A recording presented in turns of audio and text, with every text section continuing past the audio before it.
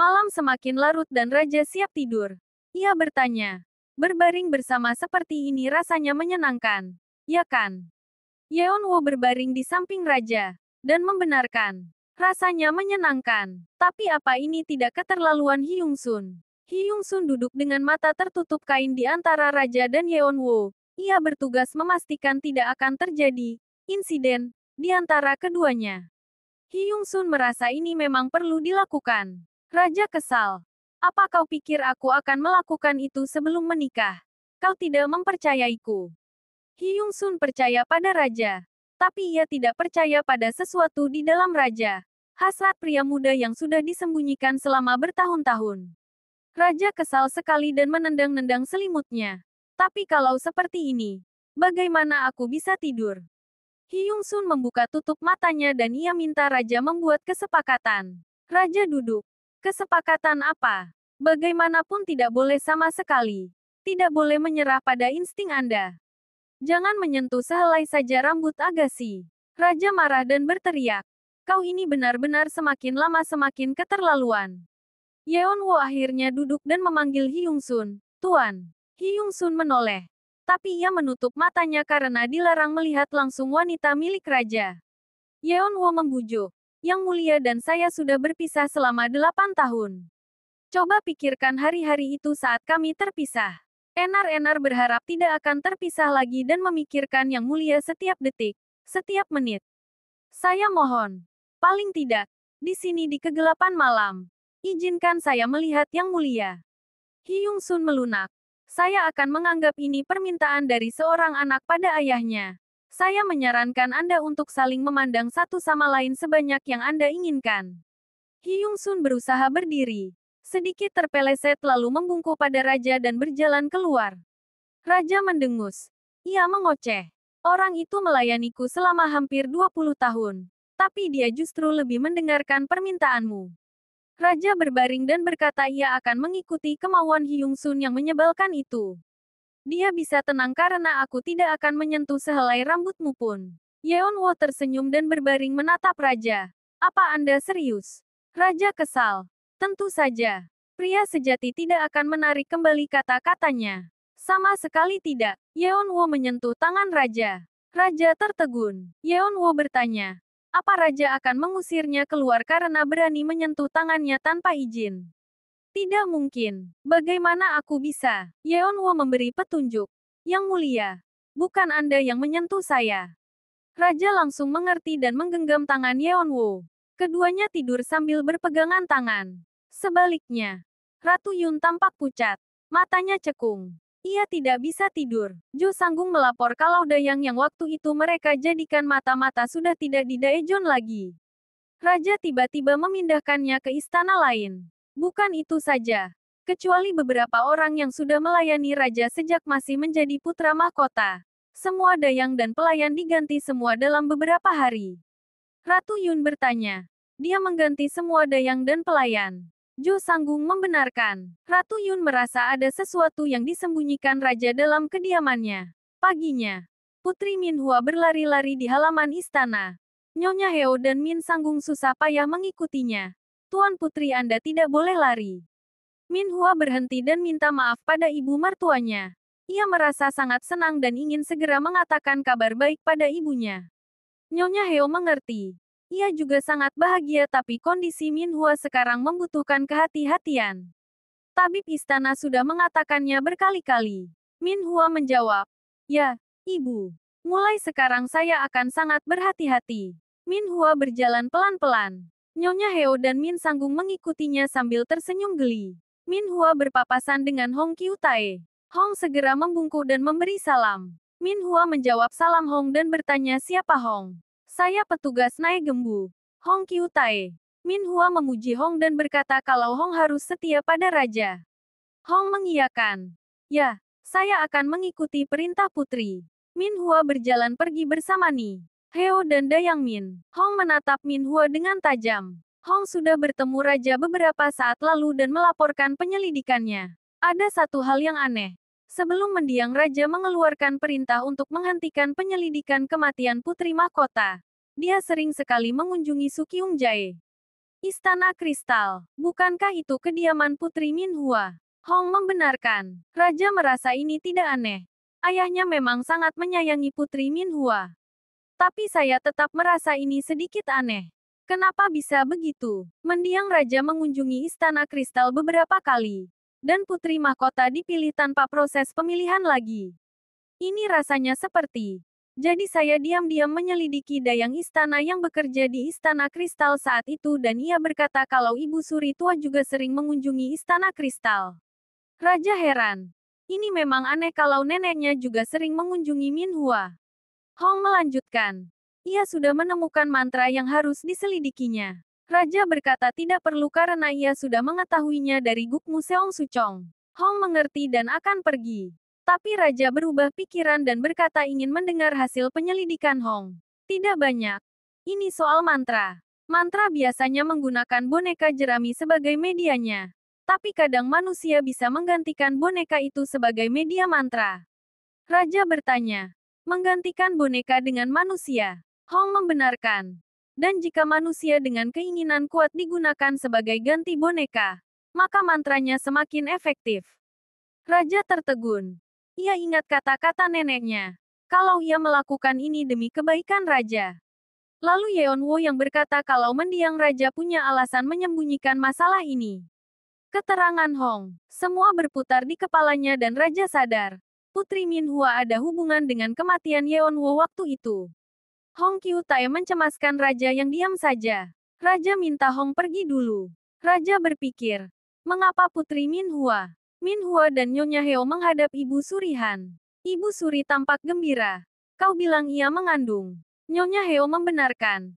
Ia melihat Minhua sakit beberapa hari ini dan sangat cemas. Ia curiga Minhua mengandung. Nyonya Heo membawa Minhua ke tabib istana dan ternyata benar. Ibu Surihan senang sekali. Ia memuji putrinya. Ini kabar menggembirakan. Kau tahu istana dipenuhi suasana muram akhir-akhir ini. Minhua minta izin pada Nyonya Heo untuk pulang lebih dulu. Nyonya Heo terkejut. Apa Minhua sakit? Minhua hanya ingin segera mengatakan kabar gembira ini pada Yong. Kedua ibu itu merasa senang. Nyonya Heo berkata seharusnya Minhua menemani Ibu Surihan lebih lama lagi. Ibu Surihan berkata kalau anak perempuan akan menjadi milik keluarga suaminya setelah menikah. Jadi ia tidak masalah kalau Minhua mau pulang lebih dulu. Ia meminta Nyonya Heo tetap di sini untuk menemaninya ngobrol. Minhua setuju. Ibu Surihan berkata, tapi kau harus mengunjungi Yang Mulia dulu. Minhua mengiyakan dan pergi. Raja ingat kata-kata ayahnya saat ia masih remaja. Mendiang Raja minta maaf padanya. Putra Mahkota Hawon bertanya, untuk apa? Karena ayahmu tidak mampu melindungi gadis itu. Putra Mahkota, kau sangat pintar dan cerdas. Akan tiba saatnya kau akan mengerti arti kata-kata ini. Kau harus ingat apa yang akan kukatakan. Putra Mahkota Hawon memohon. Katakan pada saya. Raja minta Hawon memaafkan semua orang yang coba ia lindungi. Tolong lindungi mereka semua. Hawon tidak mengerti. Raja berkata jika Hawon tidak bisa melakukannya, maka orang pertama yang tidak boleh dimaafkan adalah Raja. Hawon menjawab. Tolong ampuni kebodohan saya. Tapi saya tidak mengerti maksud Aba Mama. Raja menatap Hawon dan berkata, Putra Mahkota, tahta raja adalah tempat yang sangat sepi. Ada orang-orang di mana-mana yang akan menjadi musuhmu. Tidak mustahil bagi siapapun untuk jadi musuhmu. Kadang, kau tidak punya pilihan selain membuat keputusan yang berlawanan dengan hati nuranimu. Kadang, musuh itu mungkin adalah keluarga dekatmu. Harapanku hanyalah kau akan mampu paling tidak mengampuni anggota keluargamu itu. Putra Mahkota Hawon bertanya. Orang yang harus kumaafkan dan kulindungi. Siapa mereka? Kembali ke masa kini. Tiba-tiba terdengar lagi suara tangisan Minhua. Raja ingat saat ia belajar dengan guru Yom dan mendadak Minhua masuk sambil menangis. Minhua kesal karena Hawon berkata kalau dirinya tidak pintar di depan Yom. Lalu Minhua meyakinkan guru Yom kalau ia pintar. Yeonwoo memanggilnya. Raja menjawab, kau sudah tahu kan? Itulah mengapa kau tidak mengatakan padaku kalau kau sudah ingat kembali. Raja berdiri dan keluar kamar. Ia pergi ke ruangan pertemuan. Raja teringat lagi saat ia masih remaja. Raja melihat putra mahkota Hawon berlutut di depan mendiang Raja. Raja teriak, "Kau harus berhenti sekarang." Hawon memohon, "Yang mulia, tolong tarik kembali perintah Anda untuk membuat Heo Yom sebagai Huibin." Raja marah dan memerintah Hawon untuk berdiri segera. Hawon tidak ingin Raja menghentikan seseorang dengan bakat sebesar Yom tanpa memberikan jabatan resmi apapun. Kalau begitu, Yang Mulia sebaiknya memberi perintah untuk mengeksekusinya saja. Raja berkata, "Apa bukannya suatu kehormatan untuk menjadi anggota keluarga Raja? Bagaimana kau bisa membandingkannya dengan hukuman mati?" Hawon menjawab, "Apa kehilangan nyawa satu-satunya hal yang dianggap kematian?" Raja tidak mengerti. "Apa? Saya akan mengikuti perintah Anda. Sesuai perintah, saya akan menikah dengan putri menteri. Tapi saya mohon, Yang Mulia, tarik kembali perintah Anda menunjuk Sarjana Heo sebagai Huibin." Raja mengusir Hawon. Hawon menolak. Ia tidak mau pergi sebelum ayahnya menarik kembali perintahnya. Raja teriak, "Apa aku harus memerintah penjaga menyeretmu tanpa hormat hanya untuk mematuhi perintah? Putra mahkota, ikut aku." Raja berjalan keluar, melewati Raja Hawon dewasa. Putra mahkota Hawon mengikuti Raja bersama Hyung Sun. Raja Hawon dewasa mengikuti mereka. Raja marah pada Hawon. "Anak tidak berguna. Apa kau tahu bencana apa yang hampir saja kau perbuat?" Hawon hanya ingin melindungi Sarjana Heo Yom. Tapi Raja berkata kalau caranya seperti itu, dengan memperlihatkan perasaan asli putra mahkota pada mereka, Heo Yom dan ayahnya, Heo Yong Jae, keduanya akan menjadi target politik. Itu baru 2 orang. Lalu, mereka akan mulai mempertanyakan kemampuanmu menjadi raja berikutnya. Itu berarti 3 orang. Karena kau, semua anak buahmu akan bertanggung jawab dan rakyat Joseon juga kelak akan menderita di bawah pemerintahanmu. Jika kau menjumlahkan mereka semua, cukup untuk menghancurkan seluruh Joseon. Jika kau membiarkan perasaan pribadimu mempengaruhi keputusanmu, siapa yang bisa kau lindungi? Hawon marah. Lalu, apa Abah Mama ingin saya diam saja? Jika saya tidak melakukan apapun, tidak mengubah apapun, tidak melindungi apapun, dan hanya mengikuti kebiasaan saja, menjadi tanpa kekuatan dan lemah, apa seperti itu yang Abah Mana inginkan? Menjadi raja seperti itu. Jangan bilang kalau hanya itu yang bisa dilakukan.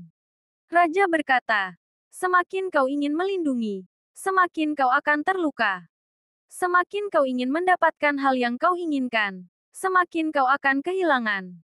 Ini akan menjadi takdirmu saat kau duduk di tahta suatu hari nanti. Jika kau benar-benar ingin melindungi, kau tidak boleh memperlihatkan kelemahan. Kau harus kehilangan satu untuk mendapatkan satu. Ini adalah politik." Hawon bertanya, "Kalau begitu, Chonna, apa yang sudah Anda pilih? Apa yang Anda dapatkan? Dan apa yang Anda lepaskan?" Raja tidak menjawab. Ia hanya berpikir dalam hati. "Aku kehilangan anak buah yang setia, tapi bisa menjamin keselamatannya. Aku kehilangan Yang Myung tapi bisa melindungimu. Aku kehilangan putri mahkota, tapi bisa menyelamatkan adikmu, Min Hua. Saya tidak akan melakukan hal yang sama. Saya hanya ingin melakukan yang benar. Meskipun saya harus mempertaruhkan semuanya, saya tetap akan memilih untuk melindunginya. Jika ada yang salah, saya tidak akan membelanya. Joseon saya akan seperti ini." Hawon membungkuk pada raja lalu berjalan keluar. Ia membuka pintu dan berhadapan dengan Raja Hawon dewasa. Keduanya bertatapan. Hawon marah. "Apa kau sudah lupa dengan keputusanmu untuk mengubah bagaimana mengurus urusan negara? Apa ini yang kau sebut politik? Jangan bilang kau sudah melupakannya." Raja tertegun. Ia tidak bisa menjawab. Hawon meninggikan suaranya. "Biarkan semua hal dan semua orang kembali ke posisinya yang semula. Turunkan orang yang tidak berhak menduduki posisinya dan kembalikan mereka yang seharusnya menduduki posisi itu. Ini adalah tugas dari raja. Ini adalah jalan yang seharusnya kau ikuti. Jangan bilang kau sudah melupakannya." Hawon berjalan melewati raja. Raja gemetaran. Putri Min Hua ingin bertemu raja. Tapi Dayang tidak tahu kemana raja. Saat Min Hua hampir pergi, raja datang. Min Hua senang melihat kakaknya. Tapi sebaliknya raja tampak muram melihat Min Hua. Min Hua duduk dan tampak ceria. "Ora Beoni. Benar kata ibu. Kalau kesehatan Anda tampak semakin membaik. Tapi kenapa wajah Anda terlihat sangat gelap? Raja bertanya apa Min Hua memang begitu menginginkan guru Heo. Min Hua tidak mengerti. Apa maksudnya? Raja bertanya. Itukah sebabnya kau melakukan hal sekejam itu? Min Hua mulai bisa mengerti maksud kakaknya. Tapi ia pura-pura tidak mengerti. Raja marah. Adik guru Heo. Mengapa kau melakukannya? Mengapa kau terlibat dalam prosesi membunuh putri mahkota dengan mantra? Mengapa kau bisa? Raja berteriak. Mengapa? Min Hua menangis. Ia membungkuk, saya mohon. Demi suami saya dan keluarganya tolong rahasiakan ini. Saya minta maaf untuk semua kejahatan yang saya lakukan. Tapi suami saya dan keluarganya. Raja minta Min Hua mengangkat wajahnya. Raja membentaknya. Apa kau tahu bencana seperti apa yang telah kau perbuat? Min Hua semakin keras menangis. Dengan mata yang sama. Dengan suara yang sama. Dan juga dengan kata-kata yang sama. Aba Mama mengatakan itu juga pada saya. Yeon Woo juga menangis mendengarnya. Ia merasa serba salah. Karena Min Hua sekarang adalah kakak iparnya. Dulu, Min Hua remaja. Berlutut dan menangis di depan raja. Ia mohon agar diselamatkan. Ayahnya murka. Apa kau tahu bencana seperti apa yang sudah kau perbuat? Min Hua menangis. Saya tidak tahu. Saya benar-benar tidak tahu. Nenek yang menyuruh saya untuk duduk saja di sana. Dia berkata kalau saya melakukan itu, maka saya bisa menikah dengan guru Heo. Saya benar-benar tidak tahu kalau itu akan membunuh Yeon Woo. Raja menyingkirkan meja dan memegang kedua lengan Min Hua. Dengarkan aku baik-baik. Masalah ini tidak boleh diketahui oleh siapapun. Sampai kau mati. Kau tidak boleh mengatakan sepatah kata pun. Kau mengerti? Min Hua dewasa menangis dan berkata. Kalau saat itu, dia hanya bisa menjawab tidak tahu. Karena saya benar-benar tidak tahu. Setelah itu, melihat suami saya duduk di kamar adiknya, menangis dengan air mata darah, saya menyadari akibat yang sudah saya perbuat. Raja juga menangis. Ia marah tapi tidak berdaya. Kau sudah melakukan kesalahan besar pada mendiang Aba Mama kita. Kau melakukan dosa besar pada mendiang kepala sarjana dan padaku serta Yeon Woo. Semua kesalahan itu, bagaimana kau akan membayarnya? Meskipun saya kembali ke waktu itu, saya akan tetap memilih suami saya. Meskipun ada konsekuensinya nanti. Meskipun saya harus dibakar dalam api neraka setelah saya mati. Pilihan yang sudah saya ambil, tidak akan saya sesali. Raja berkata, aku akan membuangmu. Hanya dengan membuangmu. Hanya dengan cara ini, orang lain yang terlibat akan bisa dihukum. Saya akan dengan senang hati menerima hukuman saya. Tapi, suami saya dan di dalam rahim saya ada anak suami saya. Tolong jangan buang mereka. Raja syok. Tadi barusan. Apa yang kau katakan? Min Hua menghapus air matanya. Ia berkata harus pergi. Min Hua membungkuk dan berjalan keluar. Raja tidak tahu harus berkata apa. Ia diam saja dengan air mata berlinang. Raja sangat frustasi dan berteriak marah. Heo Yong mondar-mandir di depan rumah menunggu istri dan ibunya. Min Hua pulang. Yong menyambutnya dan tampak cemas. Apa kata tabib istana? Min Hua tampak muram. Yong jadi takut. Apa hasilnya buruk? Min Hua menggeleng. Ia berkata ada anak Yom dalam perutnya. Yom senang sekali. Lalu minta maaf. Seharusnya ia tahu. Tapi ia justru tidak tahu. Min Hua berkata tidak apa-apa. Ia juga tidak tahu. Wajah Min Hua muram dan ia tampak bingung. Yom tanya apa Min Hua tidak menginginkan anak ini. Min Hua menggeleng. Bukan itu. Justru ia sangat menginginkannya. Yom tampak gembira dan mengucapkan terima kasih. Ia merasa selalu menerima kebaikan Min Hua. Tapi tidak bisa membalasnya. Yom minta maaf. Yom janji akan semakin baik pada Min Hua agar bisa menghadap ayahnya dengan bangga. Kau benar-benar luar biasa. Min Hua semakin merasa sedih dan menangis. Yom memeluk Min Hua. Ia menghibur istrinya. Jangan seperti ini. Bayinya nanti akan takut. Seol mengamati pasangan itu dengan wajah sedih. Seol kembali ke penginapan. Jansil sedang asyik main batu dan ia mendapatkan sesuatu. Jansil langsung meramal anak Yom. Seorang anak laki-laki. Jansil meramal. Seperti ayahnya. Dia akan menjadi pintar, luar biasa bijaksana, terhormat dengan integritas yang tidak diragukan. Dia akan menjadi pilar langka bagi negara. Seol duduk dan menangis keras. Jansil terkejut. Eoni, ada apa? Lalu ia menutup mulutnya. Astaga, aku pasti salah bicara. Nok yang membuka pintu kamarnya. Ia berkata, sudah kubilang jangan ke sana lagi, kenapa kau tidak mendengarnya? Seol menangis. Sungguh malang. Tuan mudaku. Apa yang harus kulakukan? Wanita yang membunuh adiknya sekarang mengandung anaknya. Bagaimana ini bisa terjadi? Nok yang minta Seol diam. Seol berkata seharusnya Nok yang tidak mengatakan ini padanya. Nok yang kesal. Seol sendiri yang mengancamnya. Jika aku tidak mengatakan yang sebenarnya maka kau akan langsung lari ke istana dan mengatakan semuanya. Itulah sebabnya aku mengatakan padamu. Seol berkata, Nona dan Tuan muda kami sungguh malang. Apa yang bisa kulakukan? Nok yang hanya menghela nafas. Wajahnya tampak sedih. Raja masih duduk diam. Yeonwo memanggilnya. Yang mulia, apa saya boleh masuk? Raja melarangnya. Tidak boleh. Aku tidak bisa melihat wajahmu. Aku bersumpah untuk menemukan orang-orang yang telah melakukan ini padamu. Dan kemudian menghukum mereka. Tapi mereka yang bertanggung jawab ternyata adalah darah dagingku sendiri. Mereka yang mengirim mantra. Mereka yang membunuhmu. Dan mereka yang menutupi kebenaran tentang kematianmu. Semuanya adalah darah dan dagingku. Apa aku melihatmu? Raja menunduk dan menangis sedih. Yeonwo keluar dan duduk di depan raja. Raja memandangnya. Yeonwo berkata kenapa waktu ia sudah ingat lagi. Ia tidak mengatakan pada raja. Karena ini yang ia takutkan. Yaitu raja yang akan menyalahkan diri sendiri dan tidak akan melihat kepadanya. Ini yang saya takutkan. Kau menjadi seperti ini. Ini semua karena aku. Kalau Anda mengatakan itu saya akan menyesal kalau saya hidup. Lalu apa yang harus kulakukan? Yeonwo minta raja tetap merahasiakannya. Jika kakaknya tahu kebenarannya, ini akan sangat berat baginya. Raja tidak mengerti. Apa Yeonwo tidak merasa sakit hati karena harus bersembunyi selama 8 tahun ini? Apa kau tidak merasa terluka karena harus menderita selama itu? Yeonwo berkata tidak ingin membagi semua penderitaan dan kemarahannya pada kakaknya. Apa kau cuma tahu memikirkan kakakmu? Apa kau tidak merasa kasihan padaku? Jika kau bukan ratu, aku harus memeluk wanita lain. Apa kau tidak merasa kasihan padaku?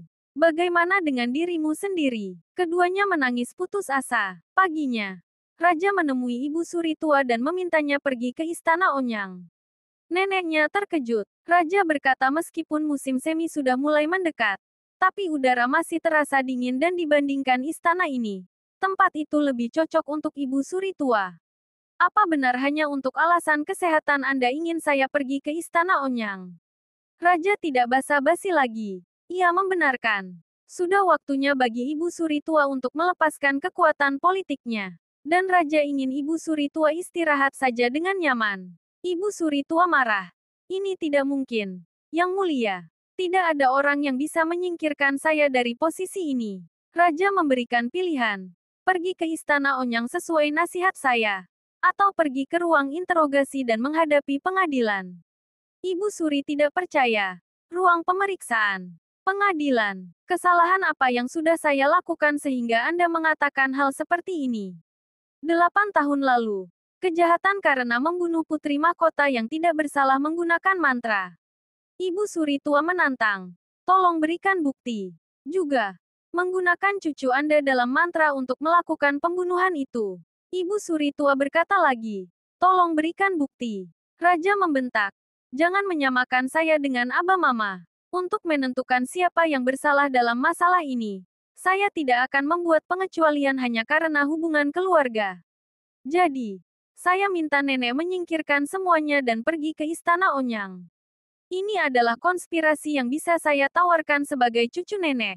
Yang mulia, apa yang Anda dapatkan dengan melakukan ini?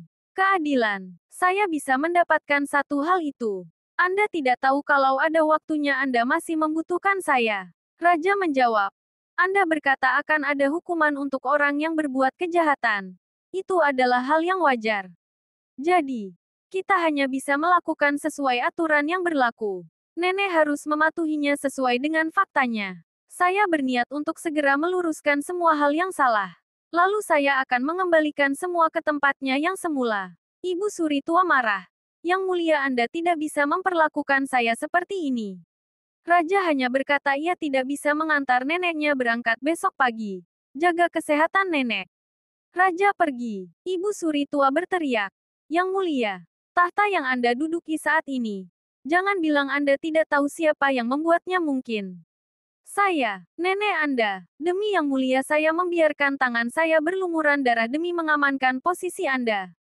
Sekarang, Anda ingin saya pergi ke Istana Onyang. Bagaimana Anda bisa meminta saya melepaskan posisi saya? Ini tidak mungkin. Ini tidak bisa. Ibu Suri tua emosi dan pingsan. Bak Sanggung terkejut dan segera memanggil tabib istana. Raja tidak peduli.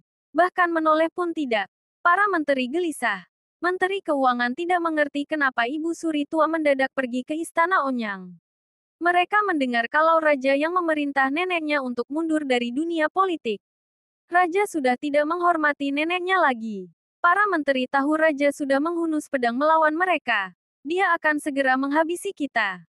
Para menteri merasa tidak aman lagi jika raja sudah tahu segalanya dan memutuskan menyerang mereka. Tidak ada dari kita yang akan selamat. Menteri Han bertanya pada Perdana Menteri Yun. Apa yang harus mereka lakukan? Maka, satu-satunya pilihan adalah menyerang lebih dulu. Jika kau tidak menyukai kuil, maka minta pada pendeta untuk pergi. Tapi dengan begitu banyak pendeta, apa perlu memaksa mereka semua untuk pergi? Kalau masalahnya bisa diselesaikan dengan hanya mengganti kepala pendeta. Jadi maksudnya, ganti raja saja. Itu lebih masuk akal bagi para menteri. Yang Myung siap meninggalkan kuil. Lady Park tanya apa harus pergi sekarang. Yang Myung berkata kalau lukanya sudah sembuh dan ia tidak apa-apa. Lagi pula dia bukan umat Buddha. Jadi tidak ada alasan bagi Yang Myung untuk tinggal di kuil. Lady Park mengajak Yang Myung jalan-jalan sebentar. Ia memanggil nama anaknya. Yang Myung menjawab dan dengan gaya bercanda ia berkata pada ibunya. Kalau ia tidak akan goyah dan tidak akan hancur seperti yang ibu inginkan.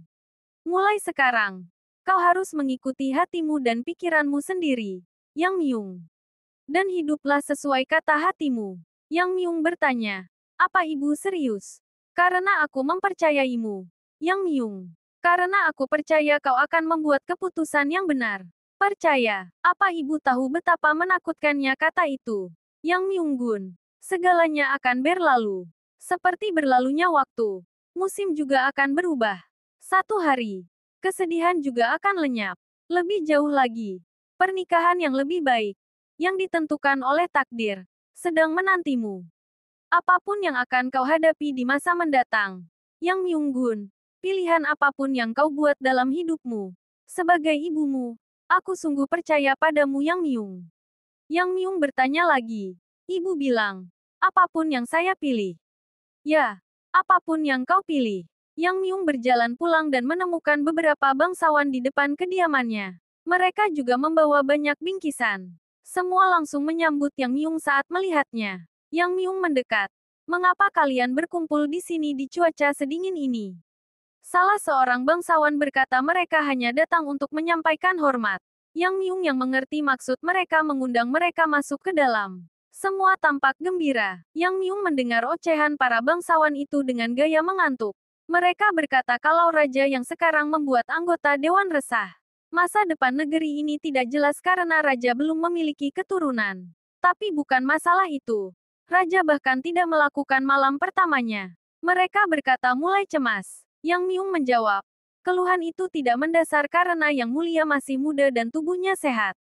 Apa yang kalian cemaskan? Mereka membenarkan. Tapi mereka memikirkan bersiap-siap jika terjadi sesuatu. Yang Myung bertanya. Membuat persiapan. Itu tidak buruk. Mereka mulai menyinggung apa Yang Myung tidak merasa dilangkahi oleh adiknya. Karena Yang Myung adalah putra tertua raja. Bahkan sebenarnya, untuk menjadi penguasa Anda lebih dari mampu. Yang Myung berkata mereka menyinggung masalah yang sangat berbahaya. Apa sebenarnya maksud kalian? Mereka berkata jika raja tidak mampu mendapatkan keturunan, akan ada ketidakbenaran dalam pemilihan calon pewaris berikutnya. Apa tidak akan terlambat jika hanya diam saja? Yang Myung memancing. Jadi apa yang harus kulakukan? meninggalkan raja dan mengikuti kalian. Yang Myung menarik keluar pedangnya dan bertanya, pedang ini indah, ya kan? Bangsawan itu terbata. Ya memang indah. Yang Myung berkata, sayang sekali. Pedang berharga ini harus ternoda oleh darah kotor dari lalat-lalat menyebalkan. Lalu Yang Myung mengarahkan pedang ke leher bangsawan itu. Leher siapa yang harus kupotong lebih dulu? Jika aku membawa lehermu pada raja, berapa yang akan kudapatkan? Mereka ketakutan. Bagaimana Anda bisa menyebut kami pengkhianat? Anda salah paham. Pangeran Yang Myung. Yang Myung mengancam akan memotong lidah mereka dulu. Mereka berkata hanya mencemaskan negeri ini saja. Lalu mereka buru-buru pergi. Kecuali satu bangsawan yang ditahan Yang Myung. Pria itu akhirnya dilepaskan Yang Myung dan menghadap Yun. Ia berkata percuma saja membujuk Yang Myung. Saya pikir dia tertarik dengan usul kami saat mengundang kami masuk ke dalam rumahnya. Tapi saya hampir kehilangan kepala. Yun berkata akan membosankan jika Yang Myung menyerah dengan mudah.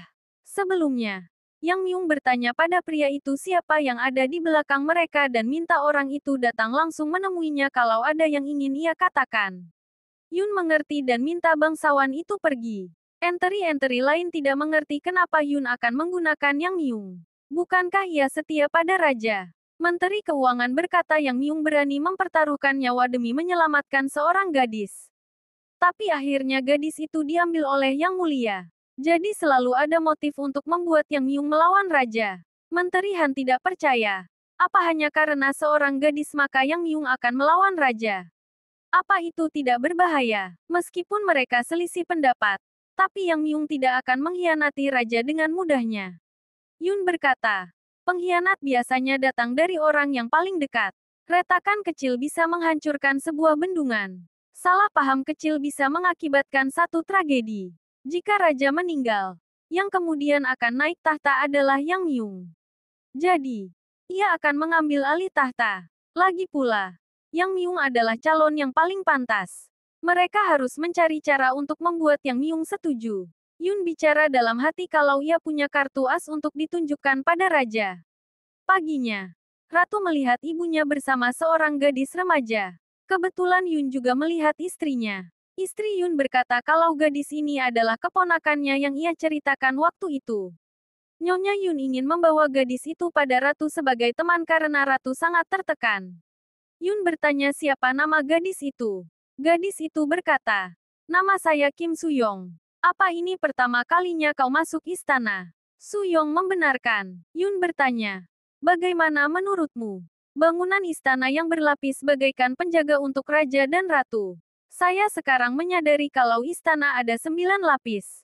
Jika saya bisa tinggal di tempat seindah ini, pasti menyenangkan. Yun bertanya apa Suyong mau tinggal di istana. Suyong mengiyakan. Yun tampak kagum dengan kepandaian anak itu dan menyuruhnya melihat-melihat.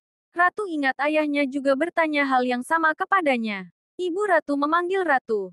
Tapi ayahnya hanya melihat sekilas dan pergi. Nyonya Yun mengenalkan Suyong pada Ratu dan berharap Suyong bisa menjadi teman untuk Ratu. Ratu berkata kalau ayahnya mungkin akan membuangnya. Nyonya Yun tidak percaya. Bagaimana mungkin ayahnya akan membuang Ratu? Ratu berkata, jika itu ayah, ia sanggup melakukannya. Jika ia tidak membutuhkan aku, meskipun aku putrinya sendiri, dia bisa membuangku tanpa ragu. Lalu siapa yang akan menggantikan posisi Anda sebagai Ratu? Ratu melihat ke arah Suyong. Nyonya Yun tampak terkejut. Ia memanggil Jo Sanggung untuk mengajak Suyong keluar untuk minum teh. Setelah hanya berdua saja, Nyonya Yun berkata meskipun mungkin Ratu benar, tapi anak itu dibawa masuk ke istana sebagai anak angkat. Dia hanya bisa menjadi selir. Lagi pula, Yang Mulia tidak akan tertarik pada gadis muda. Jika orang yang duduk di tahta berubah, situasinya akan menjadi lain. Nyonya Yun terkejut. Orang yang duduk di tahta bagaimana bisa berubah? Ratu menjawab, jika itu ayah, semuanya mungkin. Pelayan Yang Myung berkata ada orang yang ingin bertemu Yang Myung. Yang Myung tidak mengizinkan tamu masuk. Saya pelayan rendahan. Tidak berani menyinggung orang ini. Yang Myung akhirnya keluar dan melihat Yun berdiri di halaman rumahnya. Saya datang ke sini untuk meminta Anda minum bersama. Yang Myung. Keduanya duduk di dalam. Yun menuangkan anggur untuk Yang Myung. Yang Myung berkata. Ada sekelompok tikus datang menyiapkan jalan. Jadi mereka tidak perlu basa-basi dan langsung saja pada maksud Yun. Jujur saja. Apa Anda tidak ingin menjadi matahari? Apa Anda tidak tahu arti kata-kata Anda? Perdana Menteri. Yun tahu. Yang Myung bertanya kenapa memilih dirinya sebagai raja. Kenapa tidak cari orang lain saja? Yun berkata untuk jadi raja diperlukan motivasi dan kualifikasi. Yang Myung merasa tidak memiliki keduanya. Ia hanya seorang dengan jiwa yang bebas. Posisi raja tidak cocok untuknya. Jadi kau tidak perlu melibatkan diriku dalam konspirasi ini. Yun berkata kalau semua tingkah laku Yang Myung sebenarnya hanya untuk menutupi kemampuannya menjadi raja. Bagaimana saya tidak akan mengetahuinya? Yang Myung tertawa. Astaga. Kau sudah tahu rupanya. Maka kau pasti tahu kalau aku tidak ingin ditarik melawan angin. Jika kau pergi sekarang, aku akan merahasiakan ini dari Yang Mulia. Apa Anda ingin selamanya tinggal di bawah bayangan Yang Mulia sepanjang hidup? Yang Myung berkata meskipun ia punya motivasi dan kualifikasi, diperlukan pembenaran untuk mengadakan pemberontakan. Yun berkata kalau masalah pembenaran itu mudah. Misalnya, menghindari tanggung jawab memberikan keturunan untuk negeri ini. Raja sudah membuat negara goyah dan membuatnya menjadi raja tidak bertanggung jawab. 2. Di negeri yang menganut paham Konfusianisme, dia menginginkan seorang peramal dan menyembunyikannya di dalam kamarnya. Raja yang tidak jelas, tidak mendengarkan nasihat para senior. Raja yang tidak berguna. Ini seharusnya cukup. Yang Myung tampak marah. Peramal itu bukan peramal biasa. Dia adalah putri mahkota yang meninggal 8 tahun lalu dan hidup kembali. Beraninya kau menghinanya seperti itu. Yun berkata. Jadi, Anda sudah tahu masalah itu. Aku tahu karena otakku bekerja lumayan baik. Jadi, Anda sudah tahu. Tapi tetap saja menginginkan wanita milik raja. Anda pasti tahu kalau ini terlalu serakah. Raja bertemu Hong Qiu-tae. Raja memuji dan berterima kasih pada Hong Qiu-tae. Karena Hong, ia bisa mengungkap banyak hal. Saya merasa terhormat. Tapi saya takut hasil penyelidikan saya menyusahkan Yang Mulia. Raja membutuhkan informasi itu untuk mengerti apa yang terjadi. Raja ingin memberi penghargaan untuk Hong. Tapi ada sesuatu yang lebih menekan saat ini. Apa yang Anda butuhkan? Hyung Sun memberikan daftar pekerjaan untuk Hong. Raja berkata di dalam surat perintah rahasia itu ada hal-hal yang harus dilakukan dan orang yang harus kau temui. Raja minta Hong menghancurkan daftar perintah itu jika Hong sudah menghafalnya. Hong mengerti. Saya akan mematuhi perintah Anda. Raja bicara pada Yeonwoo di balik tirai. Karena aku sudah siap menuduh mereka, maka mereka pasti akan mencoba menyerang balik. Mereka pasti akan menyebarkan rumor untuk menjelekkan namaku. Yeonwoo menjawab. Saya takut. Kehadiran saya telah menyulitkan Yang Mulia. Apa kau berpikir aku akan membiarkan mereka menyerangku? Tunggu dan lihat saja. Akan ada cerita yang menarik yang akan menyebar di antara rakyat. Raja mengajak Yeonwoo jalan-jalan ke paviliun bulan tersembunyi. Raja berkata sudah menyembunyikan hadiah di situ. Yeonwoo merasa sudah punya segalanya. Bagaimana bisa meminta yang lain lagi? Raja berkata sudah menyiapkannya. Dan menyuruh Yeonwoo mencarinya. Yeonwoo serius mencari di sekitar paviliun. Raja geli. Kau terlalu sungguh-sungguh mencari untuk orang yang berkata tidak ingin apa-apa. Yeonwoo mengira barangnya terlalu kecil dan tidak tampak mata. Raja berkata kecil apanya? Tidak kecil. Yeonwoo jalan dan bahkan mengira Raja akan memberikan paviliun bulan tersembunyi ini untuknya.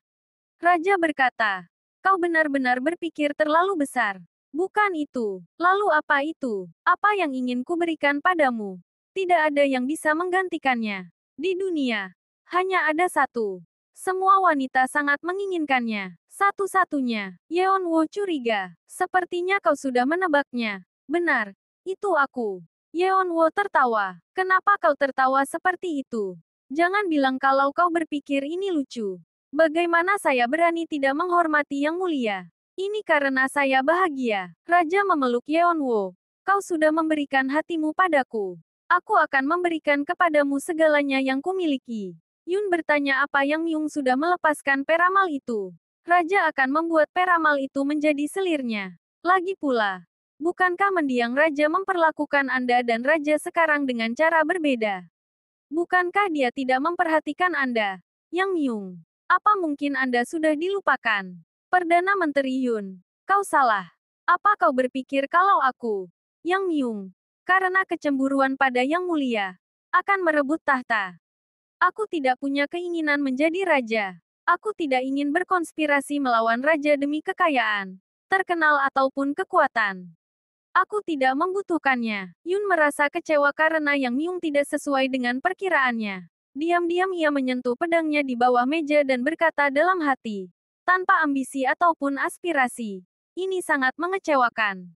Ini membuatku tidak punya pilihan. Bidak catur yang tidak berguna hanya bisa disingkirkan. Yang Myung mendekatkan tubuhnya. Yang kuinginkan adalah memimpin upacara ritual di kuil Jongmyo dan Heo Yeonwo. Hanya dua hal itu. Dengan kata lain, untuk bisa jadi pemimpin upacara ritual di kuil kerajaan, Yang Myung harus menjadi raja. Yang Myung sebenarnya adalah putra tertua raja dan seharusnya dia yang menjadi pemimpin upacara ritual di Jongmyo. Yang Myung ingin menjadi pemimpin upacara ritual demi diakui sebagai putra tertua raja. Yang Myung hanya membutuhkan pengakuan.